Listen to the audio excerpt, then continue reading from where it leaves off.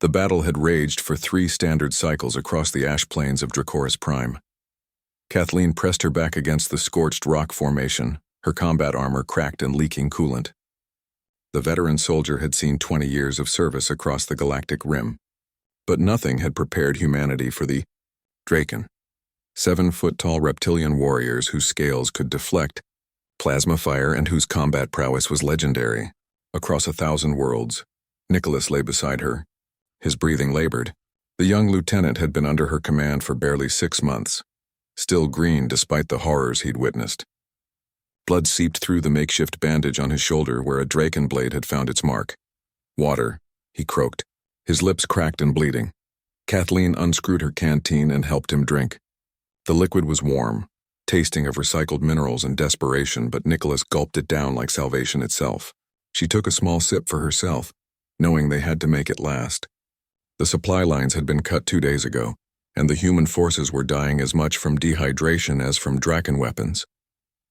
A sound made her freeze, the distinctive hiss of Draken respirators. She peered around the rock and her blood ran cold. 3 Draken warriors stumbled across the battlefield, their movements uncoordinated. One collapsed, his scaled chest heaving. Even from a distance, Kathleen could see their normally vibrant scales had dulled to a sickly gray. They were dying. The realization struck her like a physical blow. The Draken, for all their fearsome reputation, were suffering just as the humans were. Perhaps more so. Their reptilian biology, evolved on a world with abundant moisture, was failing them on this arid hellscape. The war had dragged both species to this cursed planet, fighting over strategic mineral deposits neither side could afford to lose. "Lieutenant," Nicholas whispered, following her gaze. "They're vulnerable." We could give them water," Kathleen interrupted.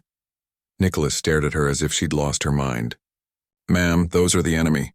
They've killed hundreds of our people. Thompson, Rodriguez, Chen, all dead because of them." Kathleen's jaw tightened. She remembered every name, every face. The Draken had indeed been ruthless opponents. But as she watched one of the warriors crawl toward his fallen comrade, making a keening sound that transcended species, she saw something she'd forgotten in the endless cycles of violence. She saw soldiers, just like them. "Stay here," she ordered, rising to her feet. "Kathleen, no!" Nicholas grabbed her arm with his good hand, forgetting protocol in his desperation. "This is insane!" She gently removed his grip. "Maybe, but I didn't survive 20 years of war by ignoring my instincts." She checked her sidearm, then deliberately holstered it. "And my instincts say this war ends today one way or another." Kathleen walked into the open, her hands raised, her canteen held visibly in one hand. The Draken warrior saw her immediately. The one still standing raised his weapon, a wickedly curved plasma rifle, but his arms shook with the effort. His golden eyes, dimmed by dehydration, tracked her approach with a mixture of confusion and suspicion. She stopped 10 feet away and slowly knelt, placing the canteen on the ground. Then she backed away, her hands still raised. For a long moment, nothing happened. The standing Draken warrior looked at the canteen, then at Kathleen, then at his dying companions. His translator box crackled to life, the universal language harsh through failing electronics. "Why?" Kathleen met his eyes. "Because I'm tired of watching people die. Because this planet is killing us all. Because maybe, just maybe, there's another way." The warrior's weapon lowered slightly. He swayed on his feet, his massive frame trembling. Behind Kathleen, she heard Nicholas dragging himself upright, likely preparing to pull her back to safety. But she didn't move. The Draken warrior took a step forward, then another. He reached the canteen and lifted it with clawed hands that could crush steel. He opened it, sniffed cautiously, then drank. Not greedily, but with measured sips. Then he took it to his fallen comrades, helping them drink. Within minutes, their scales began to brighten slightly. The one who had collapsed sat up, his chest still heaving but his eyes clearing.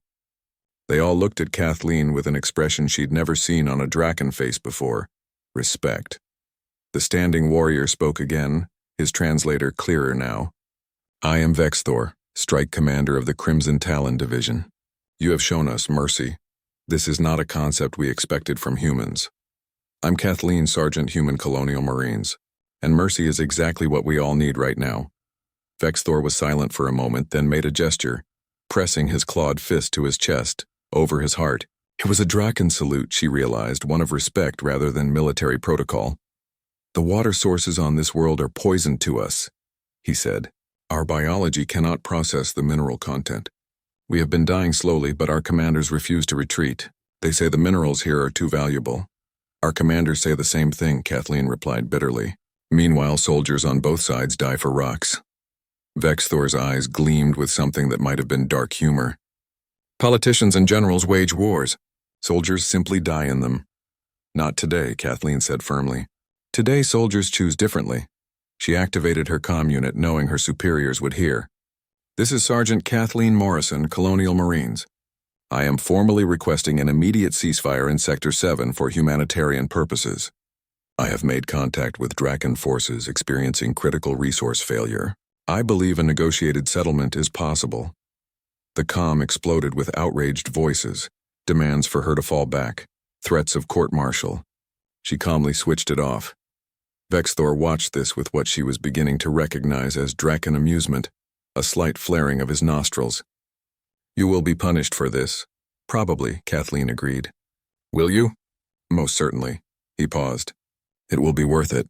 Behind them, more figures appeared. Nicholas had managed to contact other human units, and soldiers began emerging from cover, cautiously, weapons lowered, but ready. On the other side, more Draken appeared, equally wary. Both groups stopped when they saw their respective leaders standing together, neither attacking. Kathleen raised her voice so both sides could hear. This war doesn't end today. Our governments will keep fighting, keep posturing. But maybe, just maybe, we can show them that soldiers, human and Draken, can choose to see each other as something other than targets. We can choose to share water instead of blood. Vexthor stepped beside her, his imposing figure somehow not threatening in that moment. The warrior who showed mercy when she could have attacked, he announced in his own language, then in translated English, has reminded us that strength is not only found in claws and scales, but in compassion. Let it be known that on this day, the Crimson Talon Division stands with her. The moment stretched, fragile as spun glass. Then slowly a human soldier stepped forward and offered his canteen to a Draken warrior. The Draken accepted it with a slight bow. Another followed, then another, until both sides were intermingling, sharing water, sharing silence, sharing exhaustion. Nicholas approached Kathleen, his face pale but his eyes bright. You just changed everything, didn't you? Kathleen watched as enemies became, if not friends, at least fellow survivors. Maybe. Or maybe I just reminded everyone that we're all fighting the same planet, the same thirst, the same stupid war. She smiled tiredly. Sometimes, Lieutenant, the bravest thing a soldier can do is refuse to fight. The war didn't end that day. Command on both sides tried to suppress the incident, but word spread like wildfire through the ranks. Sector 7 became a neutral zone, where human and Draken soldiers met not in battle but in truce. The veterans called it Kathleen's Line, though she always insisted it belonged to everyone who chose water over weapons. And in the halls of power, where old men and women debated strategy and territory, they began to realize that wars are easy to start but impossible to sustain.